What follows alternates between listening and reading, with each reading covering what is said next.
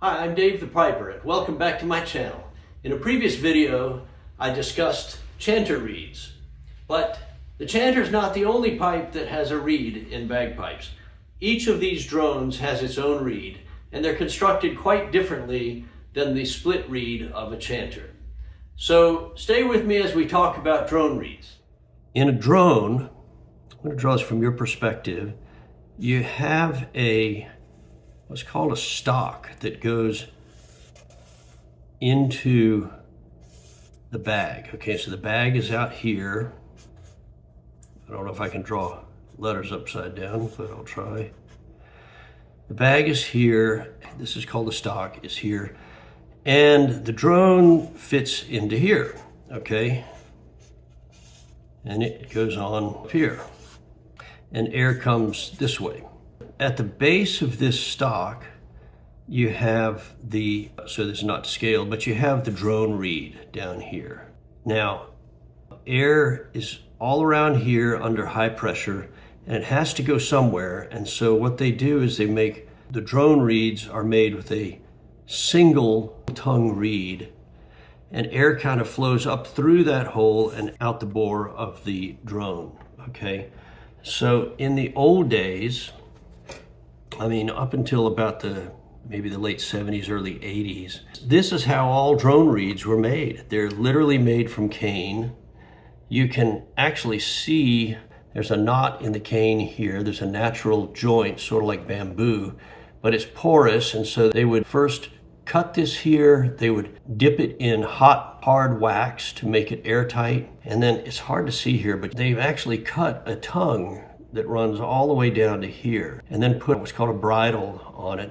And this bridle I can slide up and down to adjust how much of that tongue vibrates in the air. It's hard to show you. We used to put little pieces of human hair in there to sort of raise it up if we needed to. But basically it creates an opening. This was the base drone reed. That may be a little easier to see it there if I bend it a little bit. So basically air is all around here, and it flows down through that tongue and on out the reed through the drone. And so this tongue just flaps up and down and creates that resonance as air flows through it. It's the same principle as a split blade, a double blade reed. In this case, it just goes down the tube of the drone. These are beautiful, and when they're adjusted right, I know pipers that still continue to use the old traditional cane reeds because it does produce, I think, a tone that is maybe mellower than synthetic reeds. But on around about the 70s and 80s, manufacturers started experimenting with, look, can we make some synthetic drone reeds? And this was an early one. I don't use these anymore. In fact, the blades would have to be replaced. They're so brittle. But you can see all it is a tube with a rubber band basically for the bridle. And this tongue just sits on here, and there's a hole right there. So the air goes up underneath the tongue through the hole, and as it flows through there, it sucks the tongue to slap right against the body of the reed. And it just happens again hundreds of times a second. And then you can adjust this bridle to get the right tone and make it so you're not flowing too much air through the reed. But if you don't give it enough room, it'll just stop and it won't let any air out through the reed. So these were for the two tenor drones. This was for the bass drone. And then this, by comparison, very early attempt that I had, and now this is more of a modern bass drone reed and a more modern, and this is made by MG Reeds. These are very high quality reeds, and this was made of carbon fiber, even this tongue, but it's the same exact principle. That tongue is slightly open, and now it has a tuner here, so I can actually tune the drone reed to help balance out the entire bagpipe along its tuning pins. So anyway, that's a tenor drone reed. This one's got a clear plastic one. You can actually see the hole through there, through the plastic. Yeah, these are really good quality. I'm going to show you the drone reeds that I'm currently using on my Highland pipes. They're not MG reeds.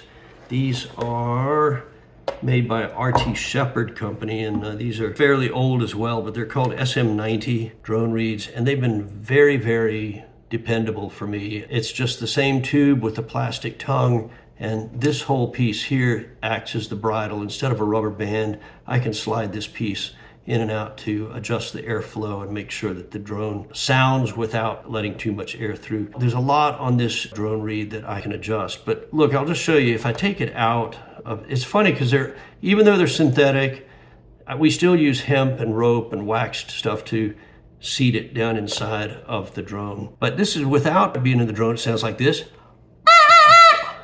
Yeah, sounds like a duck call, maybe. And then in the drone,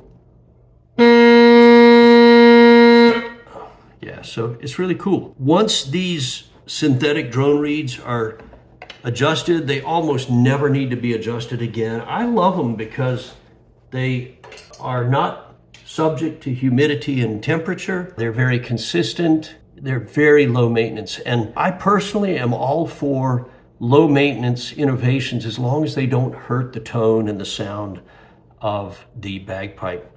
I'll jump back to chanter reed again just for a minute. There have been numerous attempts to make similar synthetic chanter reeds. I even bought one. It was made in Australia. There's just never been any synthetic material that has been made yet that I'm aware of that can rival a pure cane reed for the chanter.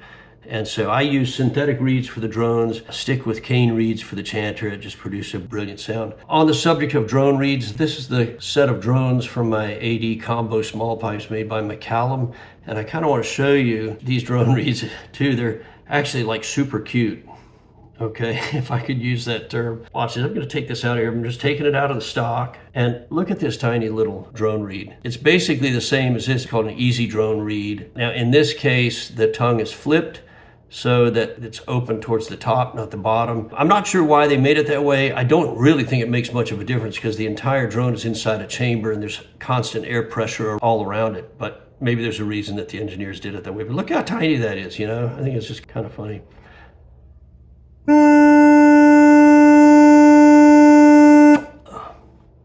But I suppose that's kind of similar to comparing a chanter reed to this little tiny, whatever, oboe reed. Yeah, you can tell I was actually never in an orchestra. And the bigger the drones get, the bigger the reeds get as well. Let me see if I can get this bass drone reed out of here. It's quite tight because you need it to be airtight. So there you go. There's the easy drone reed for that compared to, this would be the bass drone reed. This is the bass drone on a Highland pipe. So bigger diameter, longer. Yeah, there we go. Well, I hope you've enjoyed this discussion about drone reeds. You know, it was actually an inquiry by a friend of mine that got me started into this whole series in the first place when she was asking about where the reeds are located in a bagpipe. She saw my enthusiasm for the pipes in general and then said, hey, look, you need to do a series on this. So that's kind of what got it all started. At this point, we've discussed all the major components of the bagpipe and the general concept of how they're played. So if you're interested, like and subscribe to this, and in my next video, I want to get started into talking about how the melodies are played on the chanter on a bagpipe, along with these funny little things called embellishments or grace notes, without which we could not play the pipes. So again, I hope you've enjoyed it. Hope you have a great day.